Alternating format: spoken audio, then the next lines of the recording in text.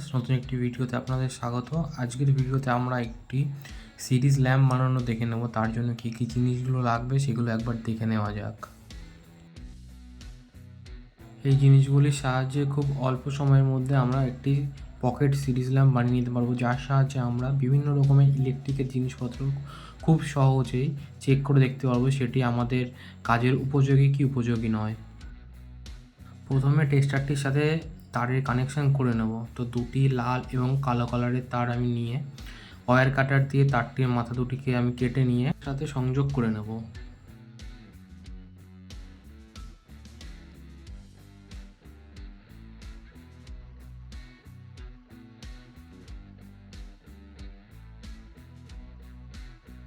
তারের সাথে তারের কানেকশন যাতে ঠিকভাবে হয় তার জন্য আমি তার দুটিকে টেস্টারের সাহায্যে ভালোভাবে স্ক্রুটিকে টাইট করে নেব, যাতে কোনো লুজ কানেকশন না থাকে। তারের কানেকশন হয়ে গেছে, এবার হোল্ডারের ক্যাপটিকে আমি টাইট করে নেব।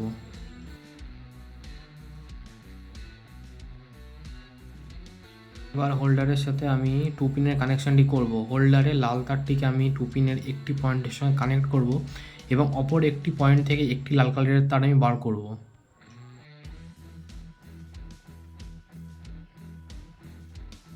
ভিডিওটিকে সম্পূর্ণ দেখে ভিডিওটিকে লাইক, শেয়ার এবং চ্যানেলকে সাবস্ক্রাইব করে আমাকে আগামী দিনে ভিডিও বানানোর জন্য উৎসাহিত করবেন।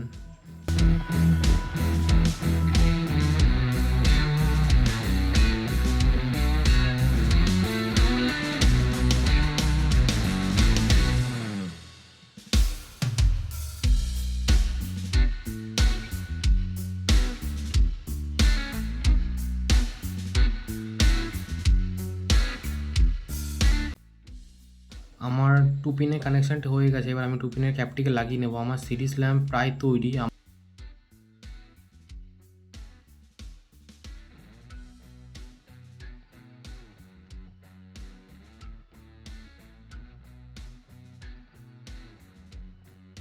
অবশিষ্ট তার দুটি রইল, এই তার দুটির সাহায্যে আমি অন্যান্য জিনিসগুলোকে আমি চেক করতে পারবো। তো আমি এবার কেবিলটার সাহায্যে তারগুলিকে সঠিকভাবে একটা জায়গায় রাখবো যাতে দেখতে একটু সুন্দর লাগে, সেই জন্য আমি কেবিলটা ইউজ করছি।